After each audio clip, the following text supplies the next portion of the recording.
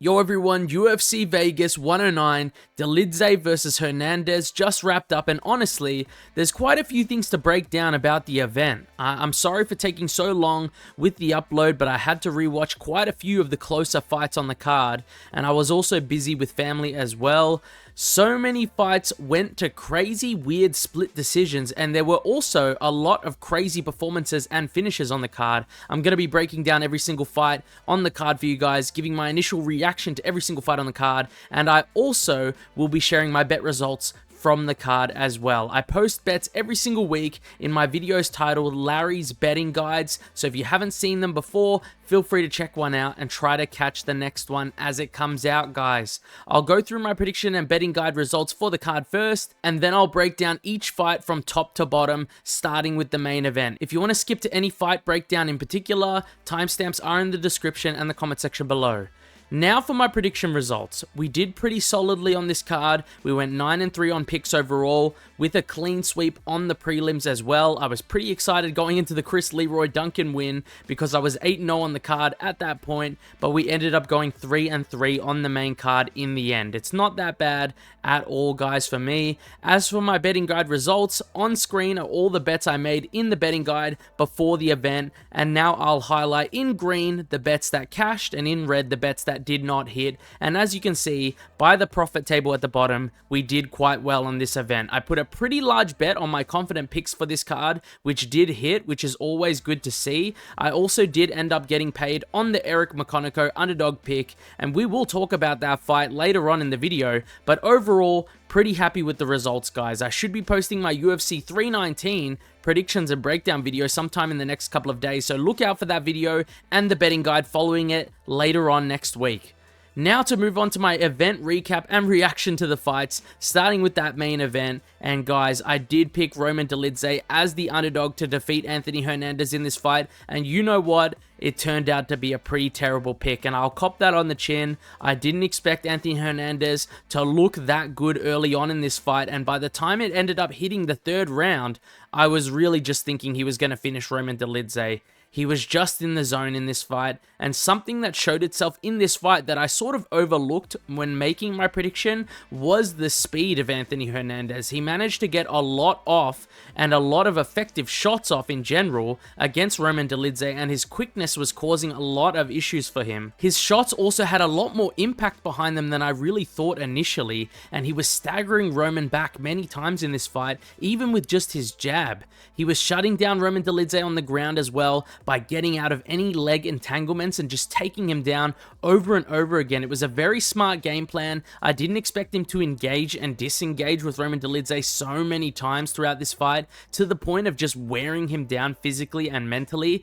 Respect to both guys though for putting on a very entertaining fight, but Anthony Hernandez just had the best performance of his career, and he needs to fight someone next that will put him up for a title shot.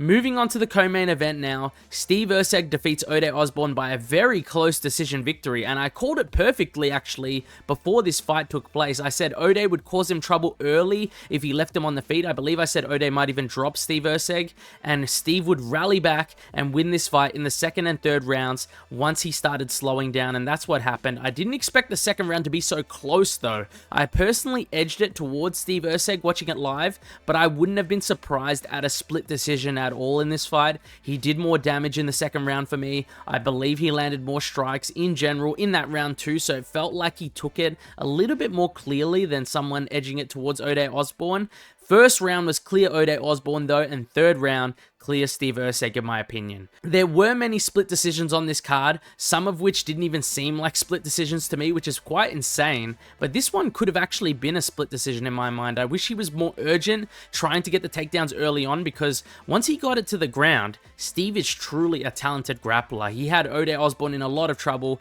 and Ode is just so fast and powerful early, so I would have liked him to potentially get that fight to the ground a lot earlier earlier than he did. He looked like he could have potentially gotten Steve Erceg out of there early, but very good win for my fellow Aussie boy in Steve Erceg. Please make weight, Ode Osbourne, next time around. I know you took this fight on short notice, but I really do hate when guys miss weight. Next up, the feature fight of the card in Iasmin Lucindo versus Angela Hill, and sorry for the weirder photo on screen, guys, but so many of the other fight photos I was seeing were pretty low quality. This one was pretty much the best one that I saw.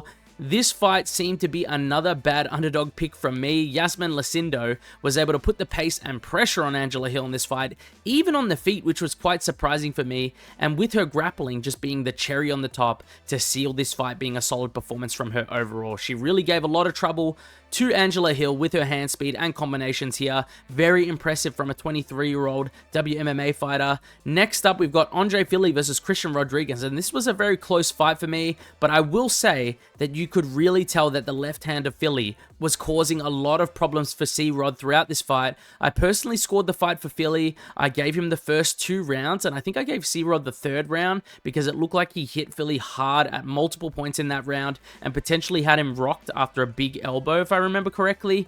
But the second round was pretty close, guys. I think it looked like Fili's shots in general were causing more impact though in that round, and it had more visible damage showing on C-Rod's face, so that's why I personally edged it towards Fili, and the judges probably edged it towards Fili because of the same case. I do sort of understand the split decision though.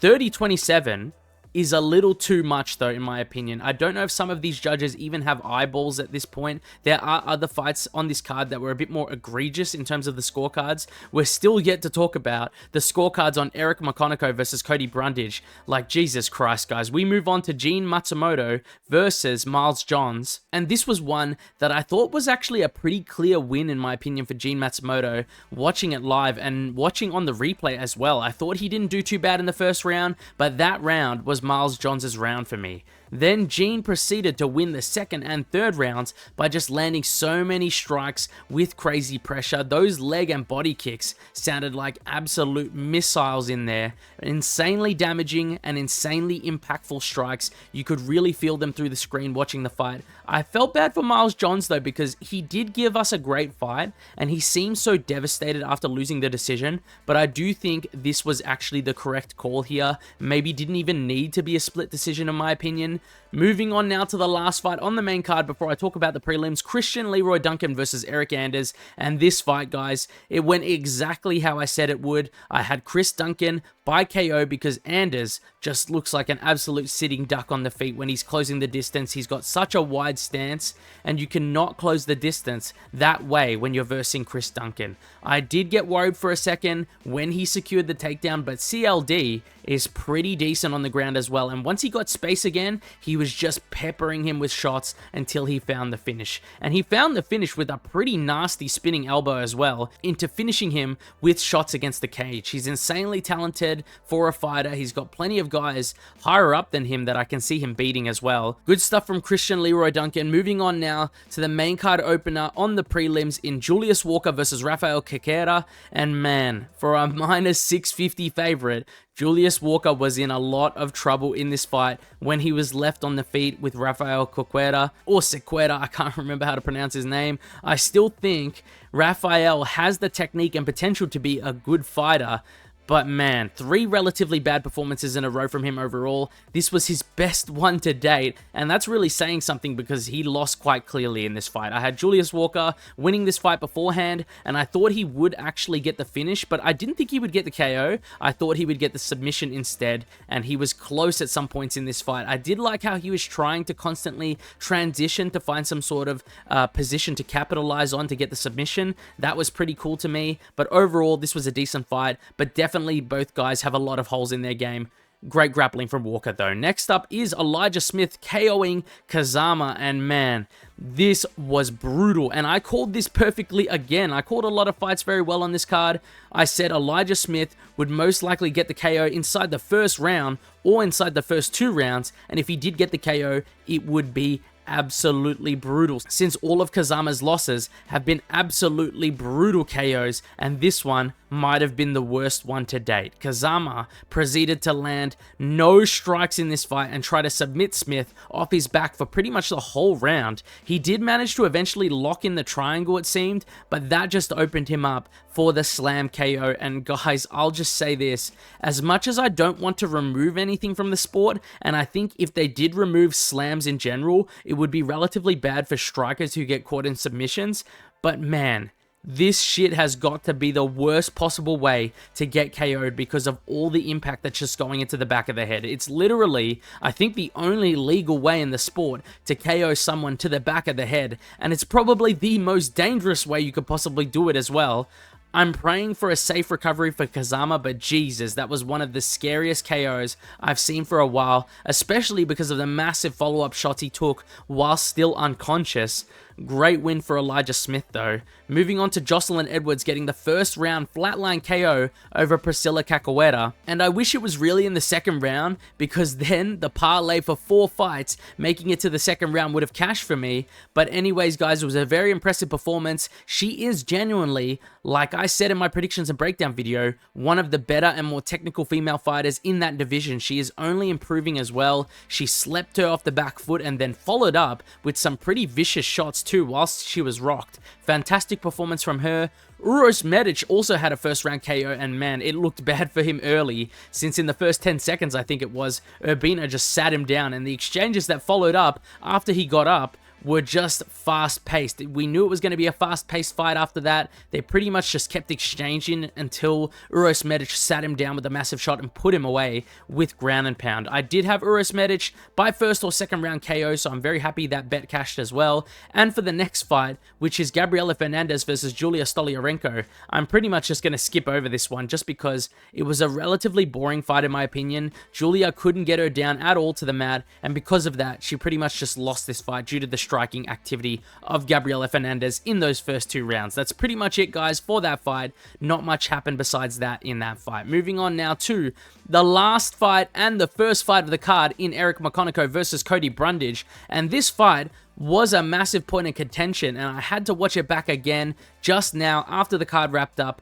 and I feel like what you can't really dispute is the second round, because Cody Brundage landed more and he had control time in that round too, so I give that round to him. McConico had some decent shots and moments, but it wasn't enough for me to steal that round. So we can all agree, or at least I hope we can, that Cody Brundage won that second round. If McConico wins this fight on the judges' scorecards, he wins by winning the first and third rounds, in my opinion. And remember, guys, I picked McConico as an underdog to win this fight by decision, and he did do it, and I'm trying to be as unbiased as I can right now. The first round, nothing really happened for me. Brundage stalled a lot, trying to get him down to the ground against the cage, but he did like literally no damage throughout the entire round, maybe until up to like the last 20 seconds of the round where he started landing some shots. The biggest shot of the round though was probably the knockdown at the start from Eryk McConico, and I'm reading the fight stats right now, guys, and it looks like they didn't even call that a knockdown, which I don't really know why. He cracked him with an absolute massive shot, probably the biggest shot of the round, as he was going for a calf kick, which is what it looked like. But in the end, it is what you favor more. Cody did have a late flurry in the first round, or do you favor Eryk's nice shots plus arguably the biggest shot of the round, knocking down Brundage? I personally edged it live to Eryk McConico, and watching the replay, I also edged it to Eryk McConico because I viewed it as the most damaging shot of the round, resulting in Cody Brundage having to scramble for the takedown for the next 2 minutes. It was very close though, guys. Moving on to the third round, it was also close, but Eryk McConico was pushing the pace a lot more and landing more shots in my opinion. You could tell Cody was completely spent and just trying to conserve energy to do some blitzes in the last spurts of the round. So overall, I do think the decision was correct, but the scorecards were just insane. Like, these judges should not be allowed to judge more fights because they gave McConico the second and third round, not the first and third round. I really just don't understand that at all. Like, I don't even know if we're watching the same fight, in my opinion. But anyways, guys, overall, I was pretty happy watching this card. I thought it performed quite well overall. I enjoyed watching it. I hated the fact that the prelims were at 6 a.m. though. But that's it, guys, for my recap and reaction to UFC Vegas 109, Dolidze vs Hernandez. If you guys have any thoughts about my results or any thoughts in general about the card, feel free to leave a comment in the comment section below and I'll respond to anyone and everyone that does leave a comment. Thanks for watching and see you guys next time.